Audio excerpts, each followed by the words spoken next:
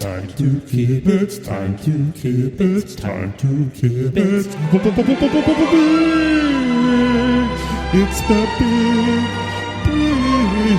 keep it. Hello everybody, Artistry and Finesse, week 5 of The Bachelor tonight. And Finesse, a grueling and emotional episode. Don't you think that we should start this episode with a cheers? The way that Juan Pablo started the cocktail party with the cheers. Every week, he said, gets harder and harder. And I feel like that's very apropos for the viewing experience. The viewing experience, it's much the same, Juan Pablo. We cheers you to that. Cheers to that. I hope you're all doing this along with us at home. I've got my tea. Finesse has got his wine. Yeah, we're just struggling through this together. I feel like it's been a long time coming for a lot of these ladies. Some of them, it hasn't even come yet. Some of it never came. Yeah, I mean, I thought he made all the right choices, but at the end, after he didn't give out roses to 3 people, and they put somebody named Allie on the screen, I found myself saying, who is this woman? Who is Allie? I've never seen her before. If I have seen her, I thought she was just Andi without makeup. And how could he send the African-American woman who's gotten no screen time home? How could that happen tonight? That never happens. We could never have seen that coming. I certainly didn't see it coming. I was totally shocked. I had her going to the end. Yeah, I thought she would at least get a really good shot at hometowns. Safest bet in the business is picking the African-American woman to win The Bachelor. Who somehow made it to week 5 with absolutely no screen time. There was actually a moment, a note I took early in the episode when I was looking at Danielle, and I was thinking to myself, like, now that we have Catherine, who with Sean broke down all racial barriers and race is no longer an issue on the show, I saw Danielle, and I thought, this could be the new Ames, meaning she could be the woman who does absolutely nothing and gets no screen times. The next thing you know, she's under a magnolia tree at home. Right. And like nobody knew where that came from. Nobody even seen her before. Right. It becomes like the big takeaway for the whole season. Listen, I know we're supposed to go through this chronologically, which we're clearly not. So let me just say to you, what you were asking for last week happened tonight. Somebody really stepped up and tried to take control of this thing, and look where it got her. You're talking about Clare going with the late night swimming. You're damn right I'm talking about that. Well, look, I mean, I'm going to leave some of this to you. I mean, what were your thoughts? Did Juan Pablo do the right thing or the wrong thing by going swimming with Clare? Well, listen, I'm not putting any of this on Juan Pablo. He has a daughter. Okay, you need to understand that. He has a daughter. I think first of all, he doesn't have a daughter. He has a dodder. A dodder. A dodder. Okay. I think there's no part of that sentence that could be misunderstood. He has a daughter, and the problem for Clare was not that she went to his room at 4 a.m. It wasn't that she said, come swim with me in the warm Vietnamese waters. It wasn't that Juan Pablo said, okay, I'll go with you. Where she really disrespected Camilla is where she agreed after asking him and Juan Pablo, when she started down the path. It's when she continued. That was her big mistake. If she were respectful of Camilla, she would have stopped right there and said, this isn't right. This has gone far enough. I know I've come to your room and I've initiated this whole thing, and you actually said yes. But at this moment, I'm putting a stop to this for Camilla. Do you think that there needs to be a blessing from Camilla Valentina to go swimming with her dad in the middle of the night? Well, put it this way. I can just see on after the final rose, it's going to be like a Jerry Springer episode. Camilla's going to come out of the dressing room and just attack Clare. It's funny you mentioned that. I have sources, and I got an audio clip of Camilla Valentina watching the scene tonight on the show when Juan Pablo goes swimming. Do you want to hear that audio clip? I would like to. All right, I just maybe turn your volume down. I don't know. Here we go. This is an exclusive. I haven't heard this yet. This is Camilla Valentina watching her father Juan Pablo go on a late night swim with Clare.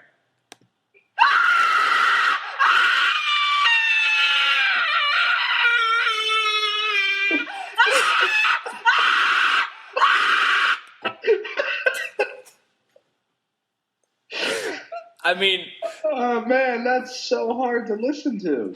You just feel the pain in her voice. You feel for Camilla Valentina.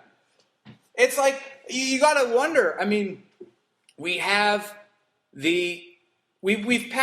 talked about this a million times about how the kids are taking over the show, but if we're gonna live in that world, we have a situation where the contestants have to go and ask the Bachelor's parents for the blessing to marry.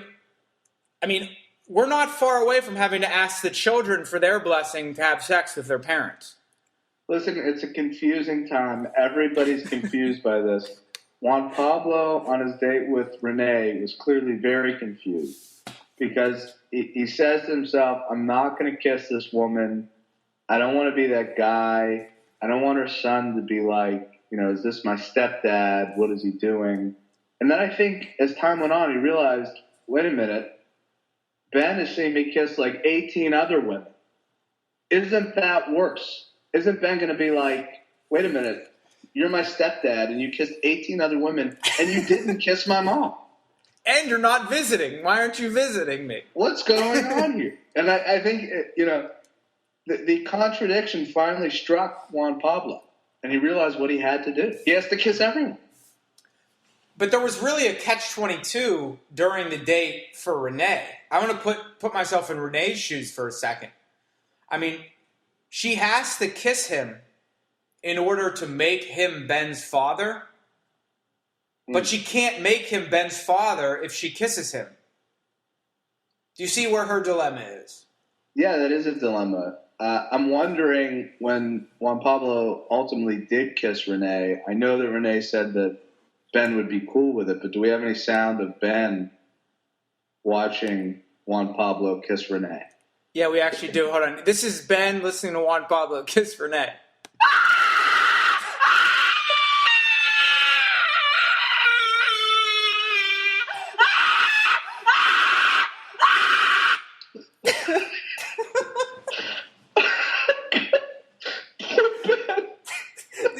These poor children. Poor kid.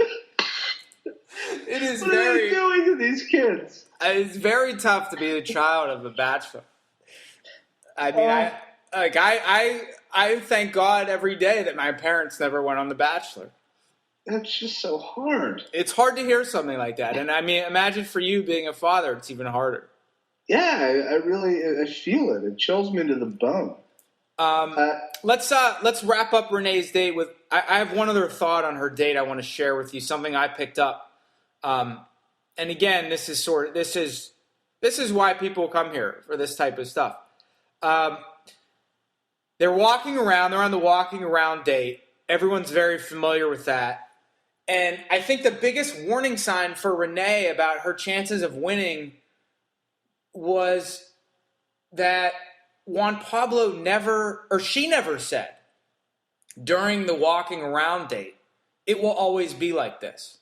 She never said that. And the key to the walking around date is that the woman, the contestant, or the man, if the man's the contestant, has to feel like it will always be this way. Every time you walk around a local market, this is what it's going to be like. She didn't say that. Maybe she's just realistic because she's a mother. But I think if you don't have that, you can't get the final rose. You may be right. I have to say I was surprised at the way things went with Renee. I was surprised at Juan Pablo's reaction to her. As you know, I've been of a mind that she's not really what Juan Pablo is looking for. It seems like he's looking for a way to let all these moms down gently. But maybe I had him pegged wrong. Maybe I read this whole thing wrong. Maybe Renee's a front runner right now because I got to tell you, there's not a lot of ladies that are really looking like strong favorites at this point. No, if this was the Kentucky Derby, it would be a slow race, like a mud race. Just no one's threatening to run it in under 2 minutes. We're looking at like 2 minutes and 25 seconds here. It's a very slow race. He wants to be careful. I take him at his word. And he seems genuinely attached to some of these ladies. And some of it I don't understand. Nikki. I believe the word, by the way, I believe the word is genuine. Genuinely. He sees even Venezuelans have, when they say it on the show, they say genuine. Yes. And he seems genuinely attracted to Nikki, which I don't understand. Do you? I think she's probably one of those people who's better looking in person than on TV. I like to think of myself that way. But right. The one caution flag I saw with her, it's a similar level of caution that I saw on the date with Renee, was before they got to the rappelling, which she did an admirable job of overcoming her fears. I think we can all give her credit for that. But before they got there, before they got to that, there was that awkward silence, and he dropped an "I'm glad you're here," and the "I'm glad you're here" as a silence filler is a kiss. Not what you want to hear. Not what you want to hear at all. He might as well just send her home right then. Yeah.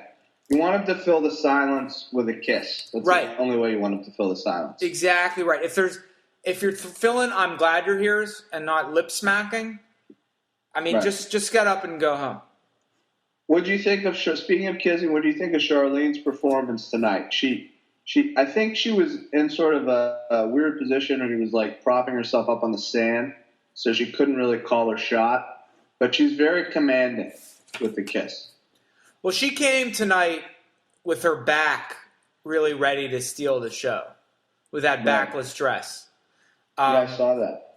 And look, I don't know if Charlene can win. I don't know that she has the mental toughness to see this through to the end, because these women think it's hard now in week 5, but look, ladies, you're only halfway through the season. There's a lot of bacheloring left to be done, and yeah, I mean, how's Charlene going to handle Juan Pablo coming to her hometown in Germany and then going to someone else's hometown? I don't think she's going to handle it very well. I agree. And at this point, you can argue that really all the fat has been trimmed. Whoever's going home next week is going to be somebody that has a real place in Juan Pablo's heart. And I don't know that you've been able to say that to this point. That's right. I think he's made all pretty good choices so far.